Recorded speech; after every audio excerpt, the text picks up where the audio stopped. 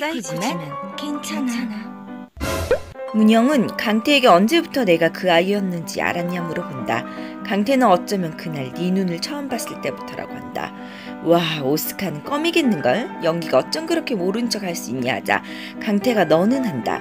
문영이 나는 하니 강태가 알아봐 주길 원하는 거라고 한다. 피하고 싶었어. 계속 모르는 척. 외면하고 싶었다고 하는 강태. 왜냐는 문영에게 그날 밤 이야기했다며 그 애는 날 살려줬는데 난 도망쳤어. 비겁하게. 그 후로 쭉 도망친 중이야. 가증 떨면서 연기하는 게 지쳤니? 왜 이제 와서 아는 척이냐는 문영. 강태는 제대로 끝내고 싶어서 그런다 한다. 고마웠어. 그날 얼음가에서 날 구해준 거 미안했어. 먼저 좋아해놓고 도망쳐버린 거. 돌아선 순간부터 후회했어. 강태의 고백에 문영은 됐어. 집어치우라고 한다. 그날 여기까지 와서 이 이야기를 못했어. 내 미련이 남아서 두고두고 널 잊지 못했나봐. 이젠 별 미련이 없어? 형 하나로 충분히 버겁다는 강태. 문영은 형은 되고 난 왜 안 되냐고 한다. 나도 책임져. 나도 필요하다는 문영에게 난 더 이상 누군가에게 필요한 사람 되고 싶지 않다는 강태이다. 문영은 그런 강태에게 넌 거절 못한다고. 넌 내가 살렸고 내가 구한 목숨이라 한다. 강태는 내가 그래서 거절했다 그랬지라며 네가 날 살려준 덕분에 내 이번 생은 거지 같다고 한다. 가버리는 강태에게 가면 죽여버릴 거라며 강태의 손을 잡는 문영. 강태는 그런 문영의 손을 뿌리쳐버린다. 계단을 내려가는 강태와 문영. 문영이 강태를 쫓아가면 넌 도망 못 가. 넌 내 거라고 하다. 계단에서 발을 헛디뎌서 휘청한다. 그런 문영을 감싸 안는 강태. 둘에게는 잠깐 정적이 흐르고 강태는 문영을 밀쳐내며 미쳤어? 진짜 죽고 싶어? 라며 소리친다. 가지 말라는 문영. 나랑 같이 살자고 한다. 강태는 놓으라고 한다. 그때 강태야 라며 온 상태. 강태는 여기서 술을 마시면 어떡하냐며 집에 가자고 한다. 상태는 여기가 우리 집이라고 한다. 나 여기서 살아야 했는데, 나 약속했는데. 무슨 소리를 하는 거냐 하니 약속 지켜야 한다며 사파 계약서를 보여주는 상태. 문영은 상태와 계약했고 문영의 집이 작업실이라고 한다. 으른 가베 집에서 작업실에서 사파를 그린다. 문영은 강태에게 내가 말했지 넌 도망 못 간다라고 한다.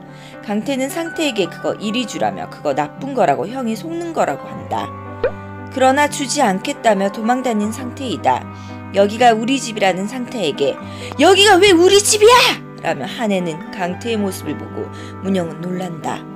강태는 상태에게서 계약서를 뺏어서 찢어버린다. 안돼! 안돼! 그건 내 거야! 라며 나는 니게 아니라! 강태를 몸으로 밀어버리는 상태. 상태는 강태를 문 밖으로 밀쳐버리고 바닥에 눕혀 강태를 손으로 계속 때린다. 이건 니게 아니고 내 거야! 라며 울며 소리치는 상태. 문영은 그만하라고 하고 계속 강태를 때리는 상태의 손을 잡으며 오빠 우리 집에 들어가 있어 라고 한다. 상태는 문영의 말을 듣고 집으로 들어간다. 문영은 강태에게 손을 내밀지만 손을 잡지 않고 일어난다. 너네 형은 이제 널 버렸어. 이제 너가 선택해. 너도 형을 버릴지 아님 형한테 평생 붙잡혀 살지. 그때처럼 등신같이 이랬다 저랬다 하지 말고. 강태는 어린 시절 그날을 떠오른다. 어린 강태. 엄마 하며 신이 나서 집으로 간다. 나 오늘 도장서 빨간띠 하고 들어오는 강태. 집에는 엄마 상태형이 있다. 엄마는 강태를 보자마자 문강태 너 왜 그랬냐며 강태의 멱살을 잡고 너 형 혼자 집에 보냈냐며 너가 형을 지켜줬어야지. 형이 애들한테 맞고 있을 때 넌 뭐 했냐며 강태를 때리는 엄마. 상태는 해맑게 웃고 있다. 엄마는 강태에게 상태 지켜주라고 비싼 도장까지 보내줬는데 그런다며 강태를 손으로 계속 때린다. 빨간띠를 내려놓고 움켜쥐는 강태. 난 상태형을 지켜주는 사람이 아니야. 나는 형 게 아니라고. 내 거야. 문강태는 문강태 할 거라고.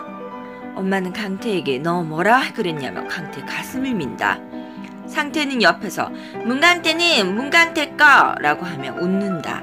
그런 상태를 보는 강태의 엄마. 강태는 울면서 형 같은 거 다 죽어버렸으면 좋겠다며 빨강띠를 던지고 집에서 울며 뛰쳐나온다. 상태는 강태가 던진 빨강띠를 가지고 문강태 거 라며 들고 나간다. 엄마는 그 자리에 쪼그려 앉아 운다. 강태와 상태는 얼음 위에서 서로 장난을 하고 있다. 그런 모습을 저 멀리서 보고 있는 어린 문영. 가지고 놀던 공룡 인형을 상태가 저 멀리 던지고 공룡 인형은 얼음이 얇게 얼린 곳 인근에 떨어진다. 그걸 주우러 가는 상태. 강태는 위험함을 아래채고 상태의 이름을 부른다. 가지 말라고. 그러나 상태는 그곳으로 가고 강태가 쫓아가지만 이내 얼음 깨지는 소리가 들리며 강태는 놀란다. 상태는 공룡 인형을 줍고 문상태 거야 라며 얼음 위에서 뛰기 시작한다. 이내 얼음은 깨지고 상태가 얼음물에 빠진다. 형! 강태는 상태 형을 구하려고 다가가다 머뭇거린다. 형 같은 거 다 죽어버렸으면 좋겠어. 얼음물에서 허덕거리고 있는 상태를 두고 강태는 도망간다. 그걸 보고 싱긋 입꼬리를 올리는 문영. 강태는 도망가다 강태를 부르는 상태 목소리를 듣고 멈춘다. 어린 문영은 가 라고 한다. 그냥 가. 강태는 뒤를 돌아 상태를 보고 가버려라는 문영. 강태가 얼음물에 뛰어들어 상태를 구한다. 재미없어 라는 문영. 상태는 물에 빠진 강태를 두고 공룡 인형을 손에 쥔 채 가버린다. 강태는 위험하고 문영은 노란 꽃을 따서 꽃잎으로 줄까 말까를 한다. 줄까 말까. 강태의 몸은 물 안으로 들어가게 되고 문영은 일어난다. 입구 물속으로 스티로폼 박스가 들어온다. 강태는 그걸 붙잡고 물 위에 올라온다. 고개를 들어보니 어린 문영이 강태를 보고 있다. 아무 말도 없이 강태를 보다가 뒤돌아가 버리는 문영. 강태는 그렇게 가는 문영을 쳐다본다. 다시 현실. 문영은 상태에게 오빠 걱정하지마, 오빠 못 버려라고 한다. 강태는 집이다. 찢어진 계약서를 다시 본다. 을은 갑의 작업실에 상주하여 사파를 그린다. 갑은 을이 최고의 그림쟁이라는 걸 인정한다. 갑은 그림값 대신 워크스루맨 캠핑카를 사준다. 을은 이사 다니기 싫어하는 동생이 있다. 그걸 읽고 눈물 짓는 강태. 상태는 문영의 집에서 앉은 채로 잠이 들었다. 이불을 들고 와서 상태에게 덮어주는 문영. 대표와 승재는 문영의 집을 찾아온다. 문을 열어주는 상태. 누구냐는 대표. 상태는 문을 닫고 잠가버린다. 승재는 보호사 형임을 알아보고 대표는 또 보호사냐고 짜증낸다. 고문형 문 열으라며 문을 몸으로 치는 대표. 문을 확 다 부숴버린다는 대표. 문으로 달려가는데 이때 문을 열어버리는 상태다. 문영은 여기 왜 왔냐 한다. 상태는 우리 집이라고 하고 문영은 맞아. 같이 살기로 했다 한다. 부부는 아니지만 같이 살기로 했다는 상태. 기가 막혀하는 대표. 상태는 계약서 내용을 읽는다. 문영은 인사하란다. 내 전담 사파 작가라고. 상태는 인사하며 자기소개를 한다. 승재는 상태에게 자기소개를 하고 대표는 결사반대라고 하고 문영과 상태 승재는 찬성이라며 손을 든다. 대표는 문영에게 너 자신도 통제 못해 맨날 빵빵 터트리면서 지금 누구를 껴안고 가겠냐면서 쌍으로 빵빵 터트리면 어쩌냐 한다. 문영은 안전핀이 있다며 걱정하지 말라고 한다. 그리고 문 쪽을 보는데 문 앞에 서 있는 강태. 상태는 내 친동생, 겁쟁이이긴 하지만 내 친동생이라며 강태에게 간다. 괜찮아? 미안해 라는 상태. 흐뭇하게 미소 짓는 문영. 문영은 대표와 승재를 쫓아낸다. 승재는 인격장애 아동작가와 발달장애 사파작가의 콜라보. 대표님 이거 대박 아니면 쪽박이라고 한다. 승재에게 아우 라는 대표. 스탑. 차키주라는 문영. 차키는 왜라는 대표에게 여기 상키 쓰게 놔도 SUV 필요하다며 어차피 내 차라는 문영. 상태는 문영의 집이 엄청 커서 좋다며 집 구경에 신이 났다. 문영은 강태에게 뭐 좋아하냐 묻는다. 좋아하는 거 없다는 강태. 문영은 니네 형이 나보고 캠핑카 사주라던데 한다. 여행은 한 번도 안 가봤지만 가보고 싶다는 강태. 어디든 목적지 없이 떠나고 싶다는 강태. 상태는 여행 말고 이사만 다녔지. 이사만 18번째라 한다. 이사를 왜 그렇게 많이 갔느냐 문영이 묻자 상태는 자꾸 날 쫓아오니까는이라고 한다. 그게 계속 날 쫓아와서 상태에게 나가자며 상황을 돌리는 강태. 방에 들어온 강태와 상태 문영, 어릴 때 문영이 쓰던 방이라고 한다. 옷장 안에 들어가 문을 닫는 상태. 침대 처음 써보냐 문영이 묻자 아니라며 누워보는 강태이다. 이불 언제 빨았냐니 20년 전쯤이라는 문영. 진정한 빈티지지. 장롱 안에 있다 신이 나서 뛰어나오는 상태. 침대 위에 올라가 폴짝 뛰는데 먼지가 풀풀 날린다. 이게 내 침대냐며 좋아하는 상태. 강태는 그걸 보고 웃는다. 새벽 상태는 집안 어딘가 지하 공간에 누가 들어가는 걸 보고 따라간다. 문영이 상태를 붙잡는다. 오빠 혹시 푸른 수염이라고 알아? 옛날에 푸른 수염이라는 이름을 가진 백작이 거대한 성에 홀로 살았어. 그는 엄청난 부자였지만 푸른색 수염을 가지고 있어서 모두가 그를 두려워하며 피했지. 그러던 어느 날 한 가난한 여인이 푸른 수염의 신부가 되겠다며 그의 성을 찾아왔어. 푸른 수염은 너무나 기쁜 나머지 방마다 들어있던 금은보화를 아내에게 모두 내어줬지. 하지만 딱 하나 지하실에 있는 방, 그 방만은 절대 열어서는 안 된다고 경고를 해. 하지만 호기심 많던 아내는 결국 남편 몰래 그 비밀의 문을 열고 말지. 그 방 안에는 뭐가 있었는지 알아? 죽은 여인들의 시체가 벽에 걸려 전시되어 있었어.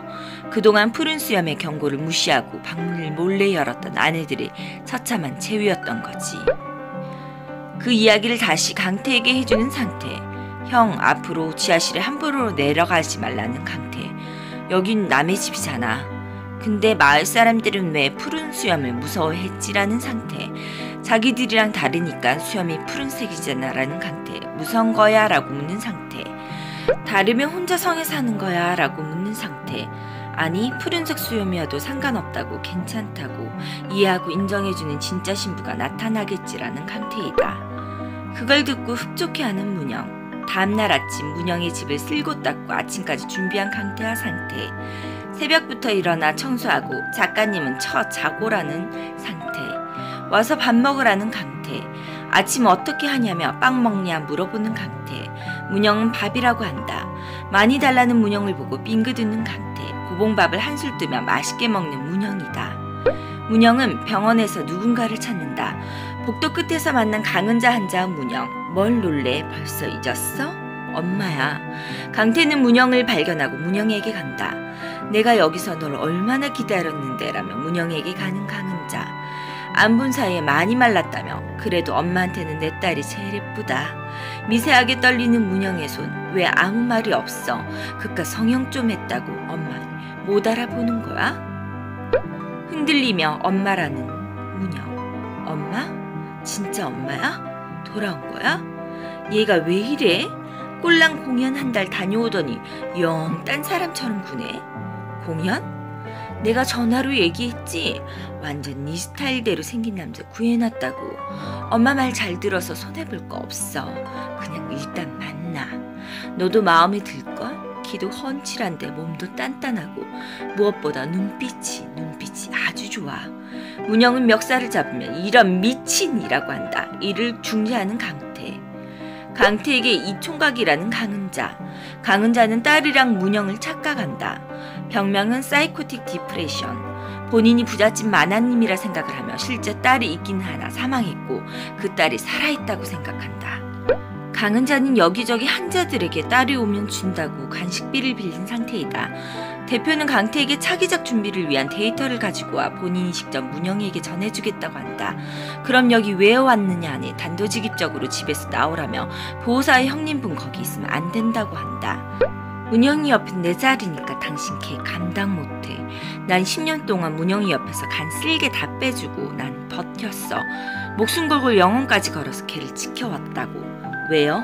뭘 위해서냐 묻는 강태.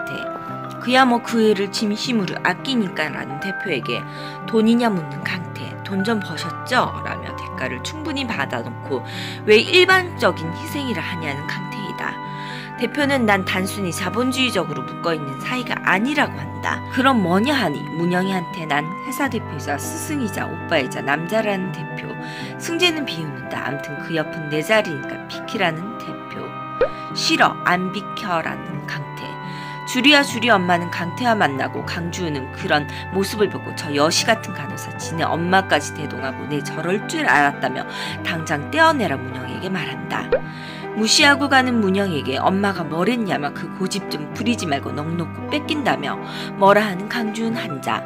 문영은 제발 그 엄마 소리 좀 그만하라고 소리친다.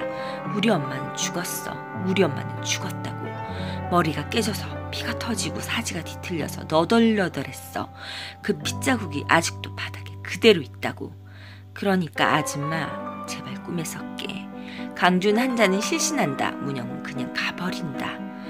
집안 지하실 핏자국이 있다. 문영은 지하실에서 엄마의 초상화가 그려진 그림을 살짝 들어보고 가려져 있던 화장대에 앉아서 서랍 속 빗을 들어서 본다. 어느새 나타나 빗을 들고 문영의 머리를 빗겨주고 있는 엄마. 오늘 기분이 별로구나. 엄마, 푸른 수염은 왜 아내들을 다 죽였어요? 아내들이 자기 말을 안 들어서. 너는 엄마 말 잘 들어야 해. 그래야 착한 딸인 거 알지? 대답해. 네, 잘 들을게요. 그래, 착하다. 근데 왜 데려왔어? 문영은 악몽에서 깬다. 잠에서 깨서 우는 문영. 그 소리를 듣고 문영에게 가는 강태. 잠에서 깬 문영이 위에는 엄마가 천장에서 내려며 엄마가 경고했지. 널 구하러 온 왕자도 죽일 거라고. 울부짖는 문영. 도와줘. 도망가. 당장 꺼져.